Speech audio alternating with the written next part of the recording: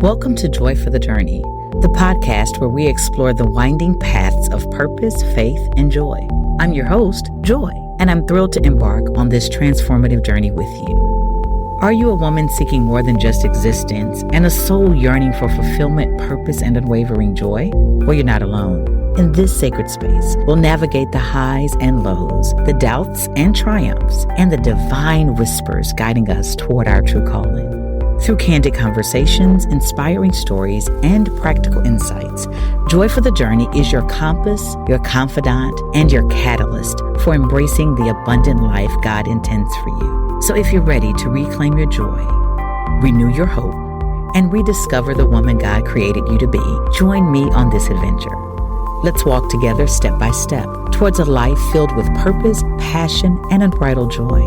This is Joy for the Journey. Welcome aboard.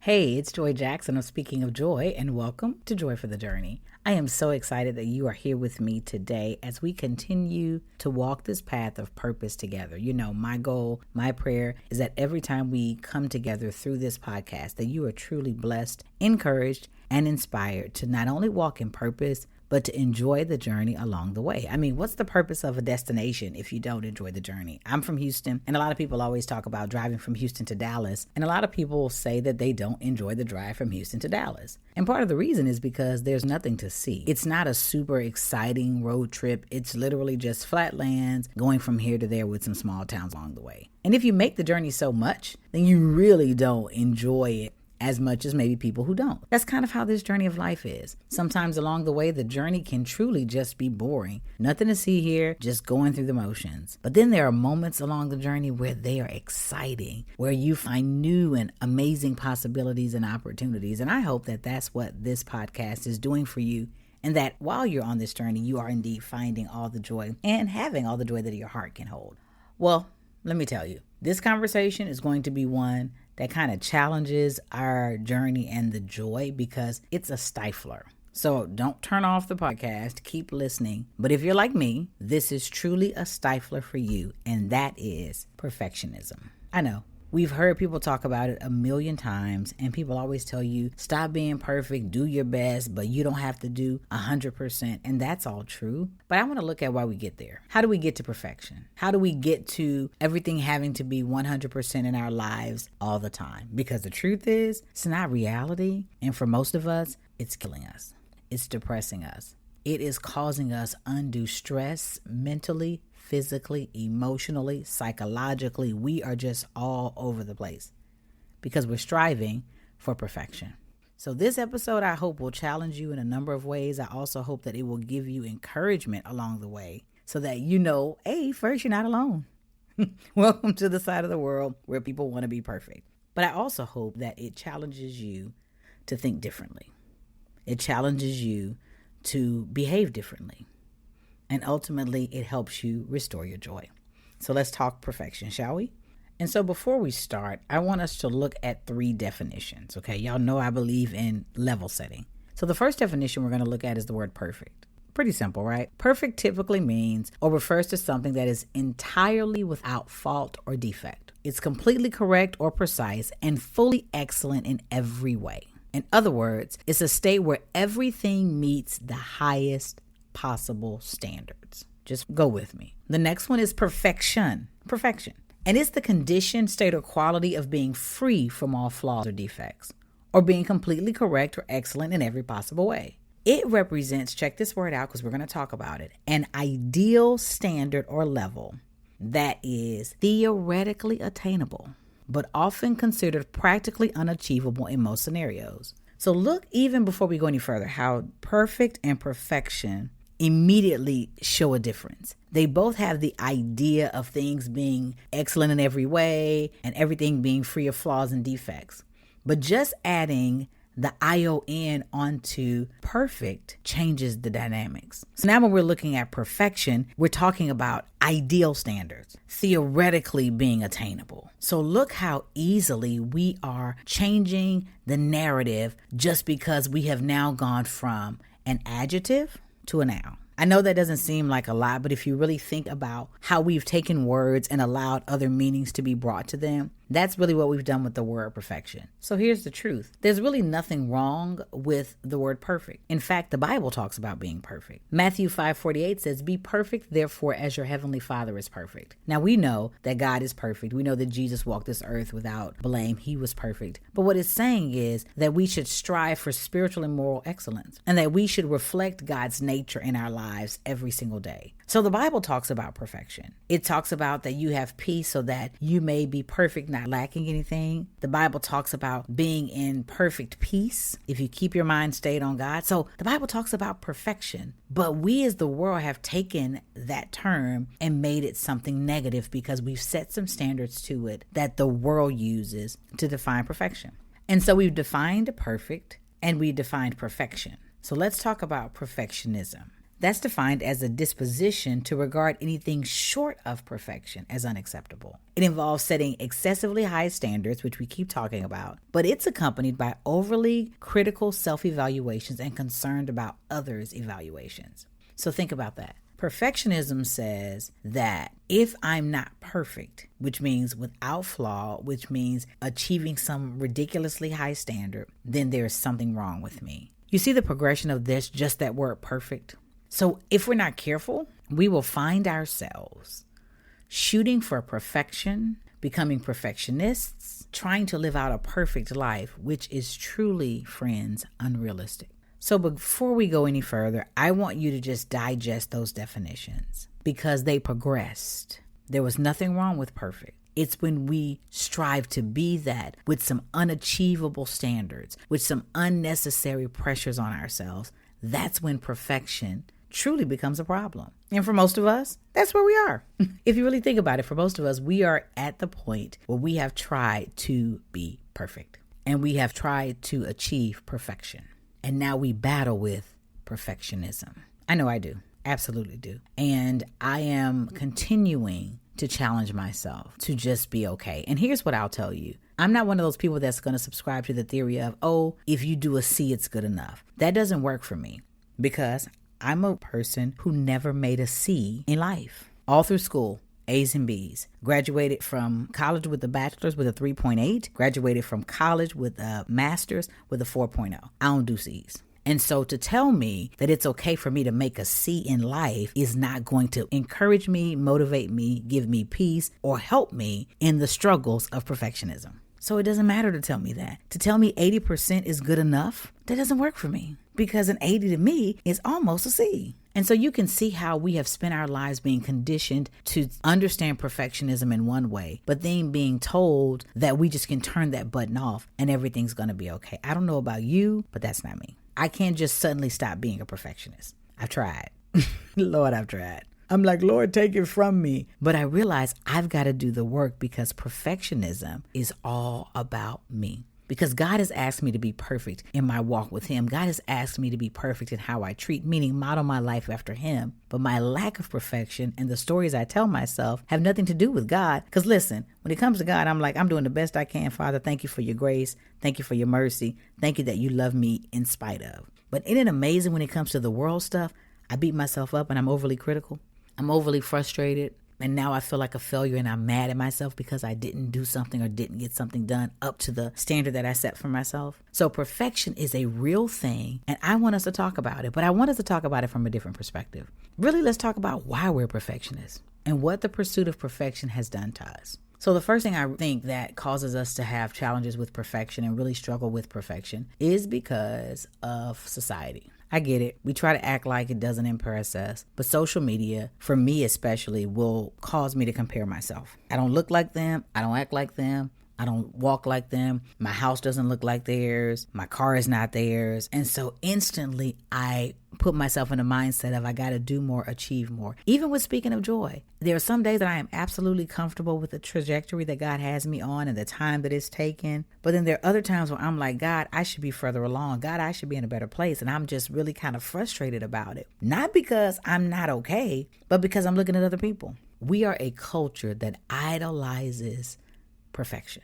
which is why you see women, and I'm not here to judge you if you decide to have any type of cosmetic surgery. That's not what I'm saying. But if your motive for doing it is to try to achieve the perfect body or the perfect face, there's something wrong with that. Here's my real example. I told Stephen this. So, Blac Chyna decided to take out all of her fillers, to take out everything in her body. She wanted to become natural and live her life as herself without all the extra. And she's a beautiful woman. And I told Stephen, it's amazing that she did all of that. But I don't see too many men coming out on social media talking about how beautiful she was and how they applaud her for taking the steps and the bravery to do that. No, they're still liking the women with the big behinds, or liking the women with the big breasts, or liking the women who are showing all of that. So you see how easy it is for us to idealize perfection. So we promote images and stories that are flawless. Now we know in real life that all of that is a lie, but we buy into it. And how do we know we buy into it? It's because we're feeling compelled to meet it. And so when we don't meet it, we feel like failures. Whether it's a professional achievement, whether it's personal appearance, whether it's a lifestyle, if we're really honest, there has been a point in our lives where perfection was something that was attained by somebody else in our mind and in our story. And now we've spent years trying to get there because society is all about perfection. I mean, think about it like this. What's the best score to have? 100. What's the best grade to get? An A. What's the best GPA? 4.0. So you see how easy it is for there to be a standard of perfection that we're all achieving, or at least we're all trying to achieve. So when we spend our time focused on the culture, we will immediately find ourselves coming short. And then that's how perfection starts, because now I see my inadequacies and now I continue to try to make myself hit a standard that isn't really attainable. And side note, social media is a capture of what people want you to see. I mean, I know you know that, but I'm just going to say that again just for those people in the back. Another reason I think that we struggle with perfection is because some of us just really need personal validation. Some of us want the approval of others. This is me, okay? Let me tell you, the next couple are me. Validation has been important to me. And I've done some studying why with my therapist, and I can tell you it has nothing to do with how I grew up or anything like that. I grew up in a home where you were always told you could do anything and be anything. But if you've listened to me and listened to my journey, you've heard me talk about growing up. I just sometimes didn't feel beautiful. And it wasn't from lack of a dad. It wasn't any of that. It was just, again, the culture that I grew up in. I grew up in a predominantly white area. Most of my friends were predominantly white in my formative years, and they looked different than me. And so I wanted to know I was beautiful. I wanted to know that people thought I was lovely. And there were some things. I got a gap in my mouth. I'm short. So there were reasons why I didn't feel beautiful within myself. And so I desired acceptance. So I became the person that people could rely on. I'm still this way, but from a different perspective. And then if you could rely on me, then you would speak well of me. And if you spoke well of me, then you would respect me. And if you respected me, then that would show you loved me. And so some of us struggle with perfection because there's really a need for validation. And if we stay in a season where people think we're perfect, then people love us and applaud us and think we're great. One of the things that I keep hearing people tell me about my ministry, about my podcast, about my business, about my coaching is that I'm authentic. Well, listen, I give all glory to God about that because I wasn't always authentic. There were many times in my life where I tried to be who I thought people wanted me to be. And if I'm not careful, at 44, I still will do that. But some of us want to achieve perfection so that we can get the validation that we're good. So let me just stop and tell you, sweetie, you are good. You are loved. You are favored. God thinks you're the bomb. I think you're the bomb. And if you need to be reminded of that, just say, you know what? God thinks I am amazing. God created me so very unique that there is not another person on this earth like me. Many of us strive for perfection because of validation. Here's the other one. That is me to the T to the T. Many of us strive for perfection because the idea of failing is so stifling. So if I strive for perfection, it's like a defense mechanism against my fear. Because if I'm striving for perfection, then I can't fail. Because even if I'm aiming at the highest standard and I don't reach it, I can't be criticized or I can't feel bad or get negative judgments because I didn't fail. I did a workshop a little while ago and I said the two words that truly have defined who we are and have really paralyzed us is at least. At least I'm not like them. At least I got a man. At least I got a job. And we're living in a life of at least because we're afraid to fail. We're afraid to start over. We're afraid for it not to work out or to say or to accept that it didn't work out. So if I look good, if I smell good, if people think I got it all together, at the end of the day, they won't know that inside I'm a mess. They won't know that my house is dirty. And so the idea of failing has caused us to push so hard so that we don't fail, because we've equated the opposite of success is failure. When I think the opposite of success can be learning, or the opposite of success can be a new opportunity. The opposite of success can be learning something new, meeting new people, but we don't think about it like that. So we pursue perfection as a smokescreen and a mask to avoid failing. One of the things that I think is super important is for me to tell you my true story. And so I try my best to share my true story with you because I want you to know I failed. When I started this business, baby, I made some bad decisions. And even if I haven't talked about the business, in my personal life, I've made some bad decisions. But I am so allergic to failure that I would rather kill myself to do it right, stay up all night, be frustrated, be angry, be tired, than to just admit that I can't. Can I get a witness? So rather than saying I can't, rather than saying not right now, I'm going to just keep doing it, because if I tell you no, or if I say I don't have capacity, or if I say I can't do it, I feel like a failure. And that is something so very personal and internal, because a lot of it has to do with control and perception. Many of us pursue perfection because we like the idea of being in control. Even though I know I may not attain perfection, the idea that I can control the outcome is important to me. So I'm going to keep acting like I have it all together. I'm going to keep pushing myself. I'm going to darn near pass out, darn near fall out. But I have control of the situation. I have the control of what you think about me. I have control of the outcome. Now, we all know that none of us have control, right? That God is truly the God of control, and he has all power. But for many of us, we are living our lives in that idea that if I just control it, if I just control the outcome, no matter how it looks, I have victory. And so many of us chase perfection because we can control the narrative. I'm so sick of watching TV and hear people, even when I was in corporate America, I remember we had a risk manager. And anytime there was an issue in the company, well, we need to control the narrative. No, we need to expose the fact that we messed up, because controlling the narrative wasn't anything but a sign of trying to show that we're perfect, that we're without flaws. And that's not real life. So if I can control the narrative, then you don't ever know the truth. And I do believe that for many of us, perfection is a lack of truth. Because if you're honest with yourself, you know good and darn well that you are not Betty Crocker, Martha Stewart. You don't dress like Vera Wang. You don't have a body like Beyonce. But because we want to be perfect and we want people to think that, we control the narrative by filters on social media. Now, I ain't judging because I use them. In case you haven't seen, when I do my lives and some of my reels, I use them. You know why? Because I don't have on no makeup. But even in that, let me say this. If you fall back in my page and go back a little further, what you'll notice is that when I first started, I didn't do a lot of showing up on camera. I didn't. And you know why? Because I didn't think you would want to see me just in a Jesus t-shirt with my eyebrows not filled in. So I didn't do it. I didn't show up. And then I got to a point where I was like, okay, Joy, this is you. You are not a dress-up type of chick. Stop trying to display the narrative of that you got it all together. The only thing that I can guarantee you that I probably will never have is a bad hair day. But other than that, I was trying to be perfect for the screen, even for the little 15, 30, 90-second reel. But that's not who I am. And so when you walk in your truth of who you are, you start to let perfection go out of the window. So how do you address it? That's the first thing, is you got to be authentic. I mean, sis, you really got to figure out who you are. Because if you really understand who you are, then you understand that there are some things about you that will never be 100%. And I'm not saying God can't do anything. I'm not saying God can't bless you. I'm not saying God can't turn it around, restore it, and make it different.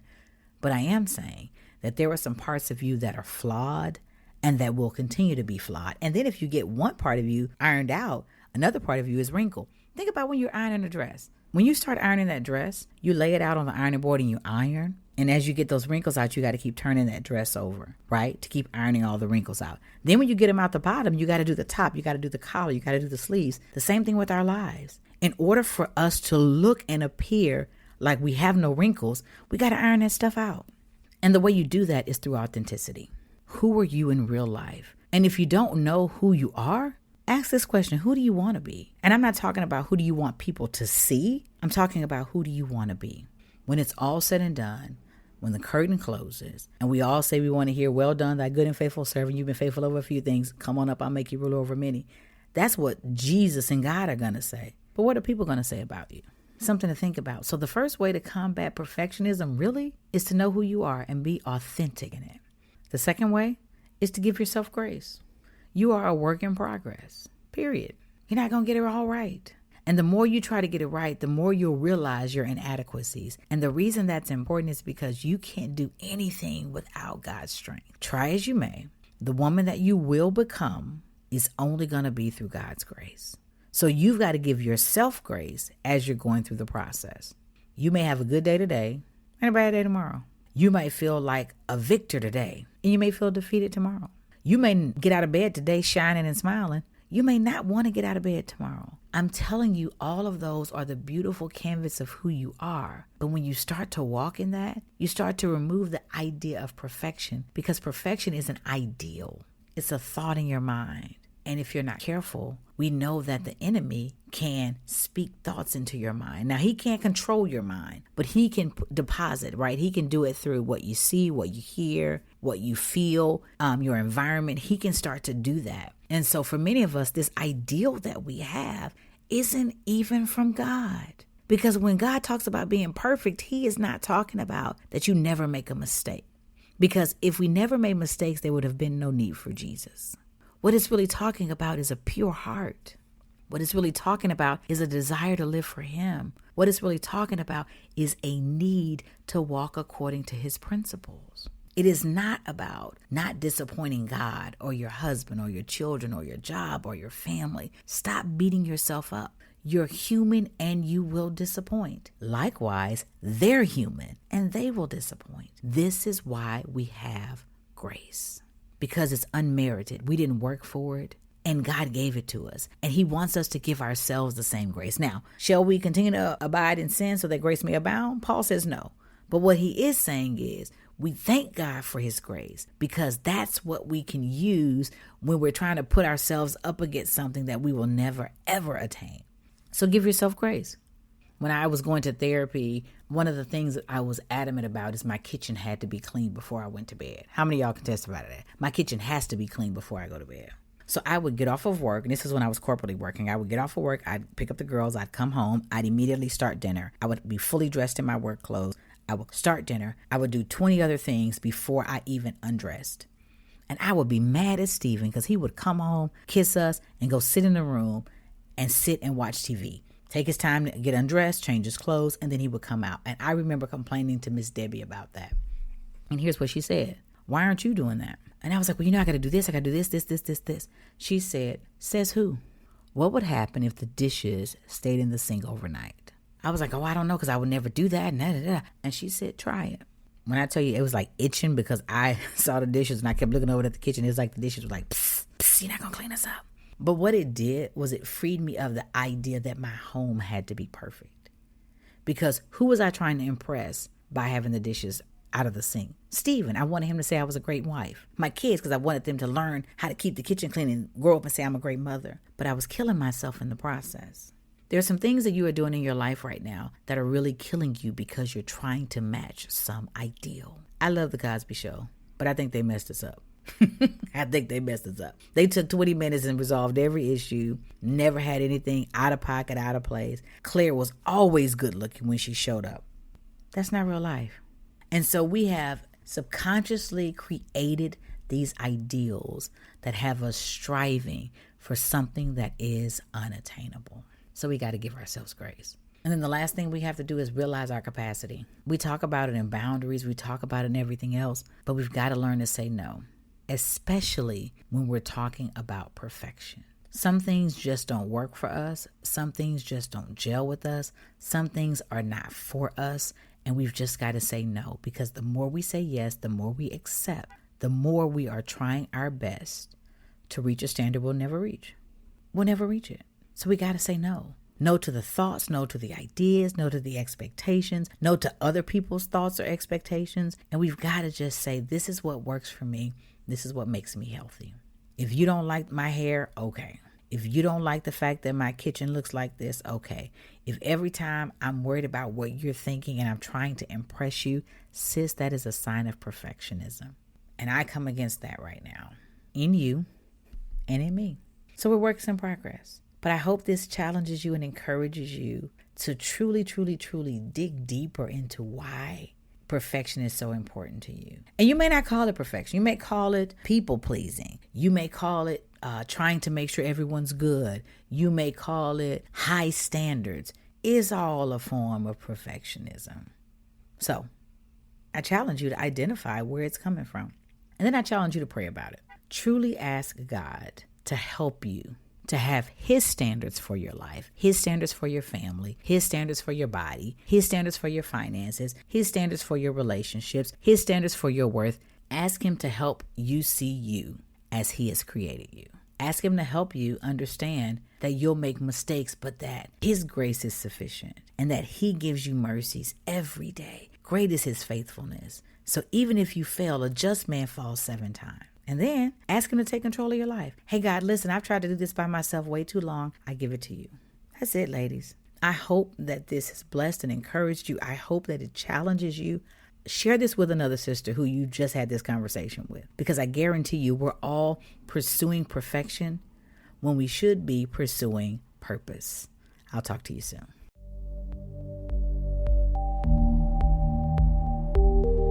Welcome to Joy for the Journey, the podcast where we explore the winding paths of purpose, faith, and joy. I'm your host, Joy, and I'm thrilled to embark on this transformative journey with you. Are you a woman seeking more than just existence and a soul yearning for fulfillment, purpose, and unwavering joy? Well, you're not alone. In this sacred space, we'll navigate the highs and lows, the doubts and triumphs, and the divine whispers guiding us toward our true calling. Through candid conversations, inspiring stories, and practical insights, Joy for the Journey is your compass, your confidant, and your catalyst for embracing the abundant life God intends for you. So if you're ready to reclaim your joy, renew your hope, and rediscover the woman God created you to be, join me on this adventure. Let's walk together step by step towards a life filled with purpose, passion, and unbridled joy. This is Joy for the Journey. Welcome aboard.